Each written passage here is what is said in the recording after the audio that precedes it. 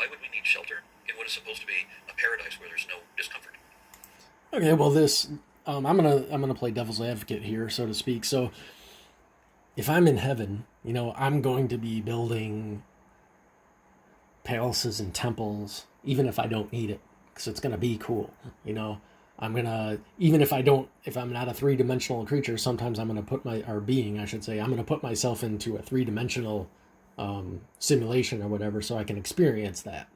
That would be awesome, and I would be like living in an Indian, or like pre-Islamic Indian temples and stuff like that. So what his grandma was saying, yeah, that makes sense. Okay, we want mansions or whatever we like. I'm not a fan. I actually hate mansions, but I do like Indian temples, so I'd probably be living in one of those. Logical inconsistencies like this is why the promise of heaven doesn't sell. What is the point of perpetuity? Well, the promise of heaven does sell, and that's the whole problem with it. The promise of heaven and the threat of hell sells, and that's why these religions exist. That doesn't mean that they're realistic. We don't need it, and we're better off without it. Do you want to live forever?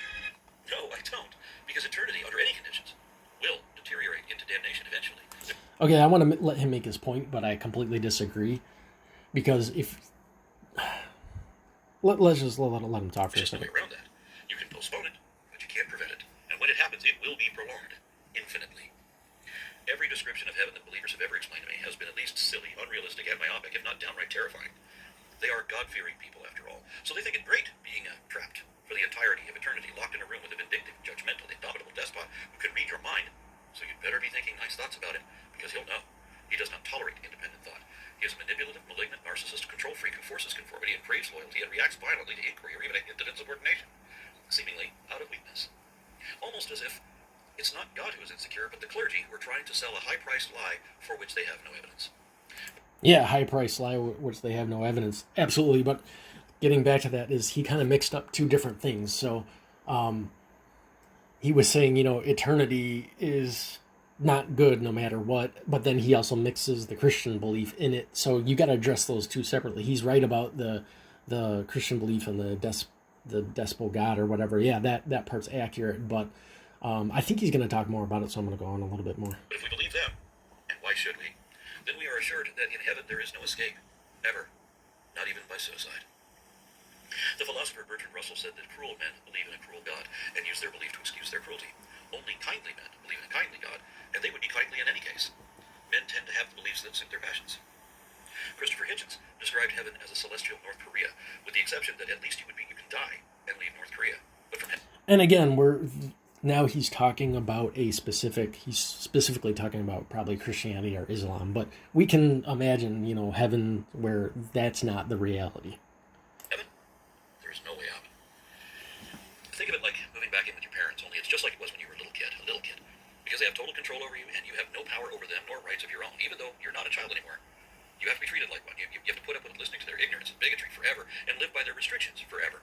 And you'd better keep quiet about it, or else Dad will bring the belt, or Mom will bring a switch. That's how it was in my house. I've heard heaven described in many ways, all of them bad. So there is no appeal there, nor can there be, not for me. But believers say, it won't be like that, because you'll be different than you are now. You won't have desires or free will or independent thoughts anymore. You'll exist only to tell an already omniscient being how great he is all the time, so that he doesn't get angry with you? No, thank you. I've already been in an abusive relationship. I'm not having that again, certainly not for eternity. So, And again, the Christian heaven, yeah, it sounds pretty ridiculous. Okay, so he's absolutely right in that context. Islamic heaven is probably pretty similar, might be a little bit better, but I don't know. I'm just assuming it's just almost just as bad. We get out of that. What do I have to do to avoid eternity in heaven? Because I would literally rather just die. Because, there comes a time when you get tired, when you're done with it. When you get old, you don't fear death anymore. Okay, so now this point, I don't agree with him, because we can, even in this context, but we're going to take it out of the context a little bit into a more generalized heaven where we could actually create our own heaven or whatever.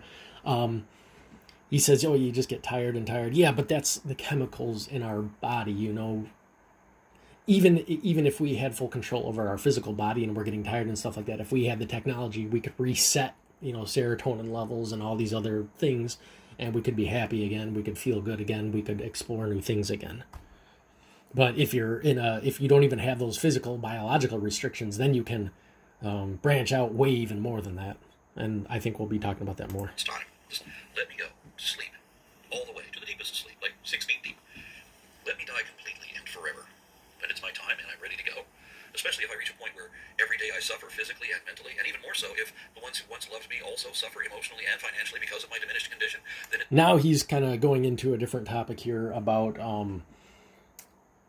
he's like going from heaven without being really clear. Now he's talking about here on earth when we get like diseased and stuff like that, we should just be able to be allowed to die. At least that's how, maybe I didn't catch something there, but that's what he's talking about now, and that I completely agree with. We should have a right to die, definitely. And there's maybe some nuance there, but definitely it should be there. And it's insane. It's insane that it's not. It's absolutely insane that it's illegal to help someone that, especially someone that's suffering through some kind of serious health problem that is about to take their life and just cause them to suffer. It's insane that you don't let them die peacefully. it's time to let all of that stop. Just let me die when I'm ready, like everything else dies. I don't need an afterlife, and I certainly don't want one. Oblivion would be so much better than perpetual persistence in any form. Okay, he says that, but I think it's the way he's thinking. Again, I'm not an atheist, and I don't really believe in an afterlife, but I'm saying that there probably is some type of afterlife. In fact, there's probably, for all we know, we're existing simultaneously, and we're just unaware of it. We're simultaneously living other lives, possibly. I mean, who knows? But we're just unaware of it, and maybe we could turn into it. Again, I'm not preaching that. I'm just saying that's a good possibility of what's happening. And when we die, this physical body dies, or whatever, we're probably going to be somewhere else. I hate to talk about this right now because, when I look at the world, it's very mathematical, and by default, I would be an atheist. But I've done a lot of research, and I think that there's some other possibilities, but I'm rambling too much. But you don't get that kind of dignity in heaven. Instead, we have the inevitable monotony of endless stagnation, where you're still doing the same thing again, not this again. Okay, now this is the part I think where we're getting into more of the generalized heaven, where we could create whatever we want. And his argument is pretty much that you're eventually going to learn everything, you're going to know everything, you're going to become all-knowing, so then it's going to become a hell. And this is where I philosophically disagree with him, but I'm going to let him talk a little bit more. It doesn't matter what it is. At some point you will have run out of books to read and things to know. You'll have done everything a million times over. You can't get better at it forever, and you don't want to do any of it anymore, but your sentence is still just as long as it was when you got bored of everything 5 billion years ago. And there will never be any way to just let it end. There's no point in still playing that same game forever and ever and ever. Stop it. Life is precious. Okay, so there's a huge amount of information that we would have to learn. But the point he makes is, eventually we're going to get there. It might take eons and eons, but we're going to get there, and then we're going to get bored. Now, this is the part where I disagree, because you can limit your perception for a specific amount of time. It's kind of the example I said, okay, well, if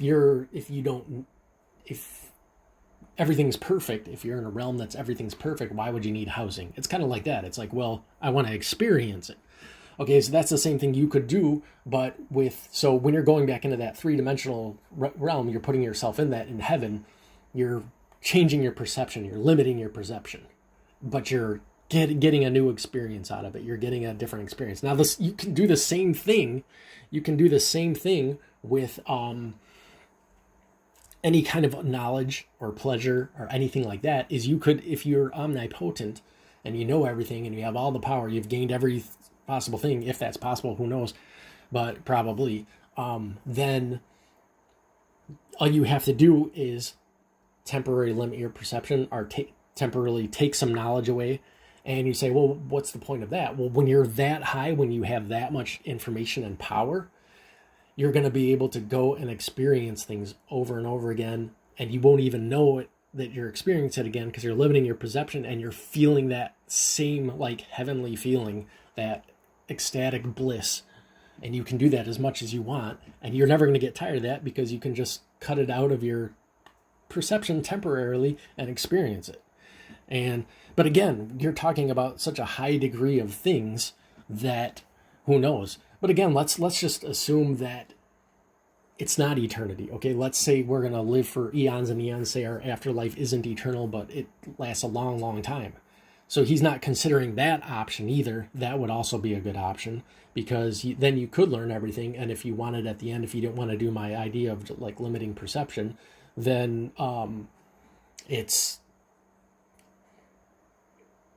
then you still at least get to experience everything. Because in one human life, you hardly experience anything and you have to go through a lot of pain.